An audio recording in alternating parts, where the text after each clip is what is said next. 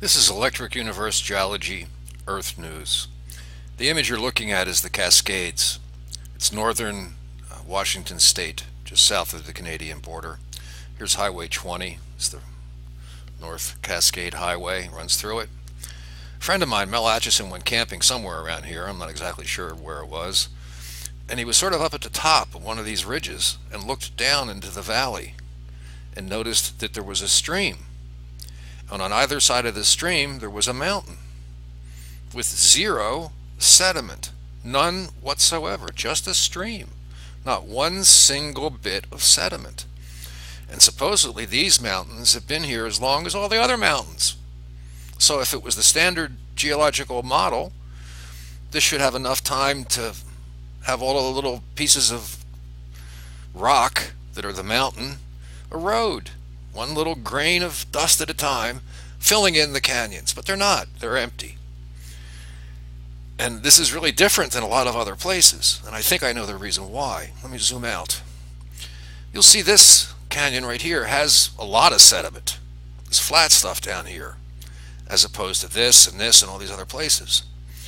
So what we have, if you zoom out, we have, here's Princeton. Let's see. Here's I'm looking for Lake Okanagan. Let me zoom out a little bit more. Oh, here, Penticton. Here's Lake Okanagan. This is kind of a low point.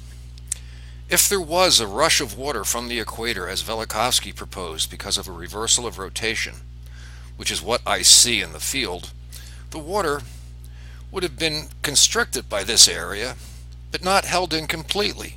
It could get north. It could go past this. It's not a bathtub, as it were, like other areas, which are completely enclosed by a drainage system that has passes that go up to 9,500 to 10,000 feet. So this water can get north. It was able to push into these canyons, but it wasn't able to get to the top. And what's interesting is the detail of these mountains. They're incredibly detailed. The ridges are so distinct. You can see every little ridge. It's really something, the detail involved here. Again, I'll have a link to this and other things at the bottom of the video. But as you go east, this detail starts to get smudged out. The lighter green seems to be slosh that was pushed in, had enough energy to get this far, but not that far. So the light green seems to be a marker. And here you can see all the details completely smudged out as you get closer to where the water was rushing north and pushing right east and west, but not enough force to really get it up there. Now, the Colorado River is a completely different story. That has 9,500 foot passes. Let's go look at that, the headwaters of the Colorado. Here we have the headwaters of the Colorado River. This is Kremling. The river runs through this canyon, which I think was prevented, not eroded, by the way. The train comes through here, the main line between Chicago, I think, and San Francisco. And then the river runs through here, and then up by Rocky Mountain National Park, and down through here, south of Granby. There's a town here called Fraser. I spent a summer here. And this whole valley is completely full of sediment, and it goes up really high. Now, these smooth areas might be windward, so it might be smooth because it's windward, not because it's sediment. But if we zoom in here to Fraser, Joe Fraser,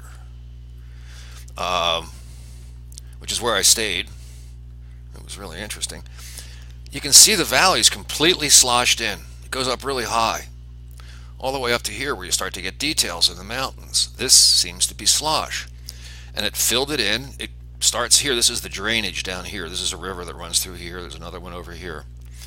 But it was all filled in with sediment, very deep, because there was nowhere for this water to go. And the water brought sediment with it, and it rushed north in a closed system with very high passes, filling in this valley with sediment.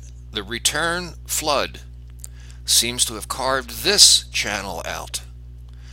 So you have these really distinct ridges cut into the sediment, which I think is the water rushing back to the equator, tearing out the side here. This is where the water current got strong enough to remove that.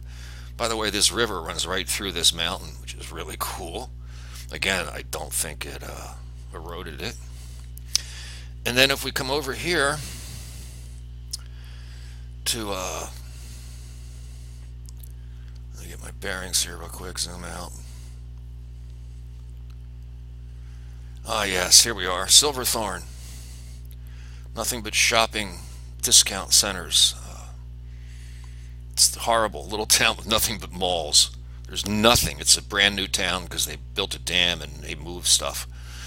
So anyway, this is also connected to the Colorado River. This river runs north into the Colorado, believe it or not, up to Kremling, and then it goes to the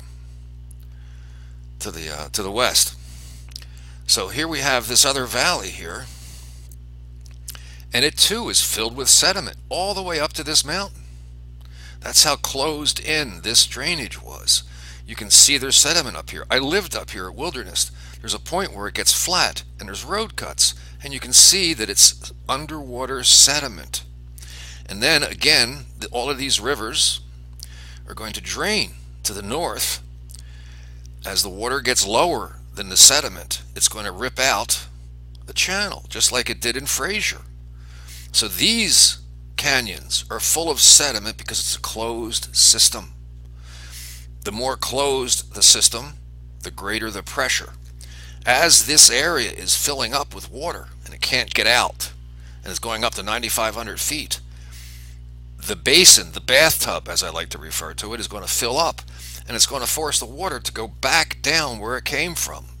The height of the water would rise downstream as the bathtub fills up. The water might be able to get over some of the 9,500 foot passes. And there could be water coming in from different directions, because this was pretty messy. There were sloshes in different directions. This is a little sidebar. In Worlds in Collision, during the Hebrew version of the plagues of Egypt, in between the passage from the Red Sea and the law giving at Mount Sinai, which is about 3 months according to Velikovsky, the sun changes its motion 4 times. Not a reversal, but it changes its motion, which means the sun stays stable, but the earth is changing its motion, in addition to a reversal. So now you have a flood going north, filling in these basins. At the same time, the earth is being sloshed around. Each change of motion would cause a slosh in the opposite direction. So it's kind of complicated. Here you can see the colors again. You can see the detail up here in the mountain where it's not sloshed. I don't know why Google Maps changes the color, but it almost seems as if they're trying to help us see the sediment slosh area, as opposed to an area where you can see the ridges cleanly because they weren't coated with sediment. So this is my story on the flood of Exodus, or the plagues of Egypt, or the worldwide plague of darkness, as opposed to the flood of Noah. The flood of Noah, according to Genesis, was 19 feet high. It was a certain number of cubits, and it reached to the top of the mountains. That implies that the flood was fairly minimal and the mountains were really tiny during the flood of Noah. But it's not as if it's reaching up to the top of Everest. It's 19 feet according to the height in cubits. So this is a different flood, a different animal. It's not just ocean level rising. It's sloshing and water from the equator and then going back to the equator. It's much more complicated. Sorry this was a longer video, but it's a lot of material. Thank you.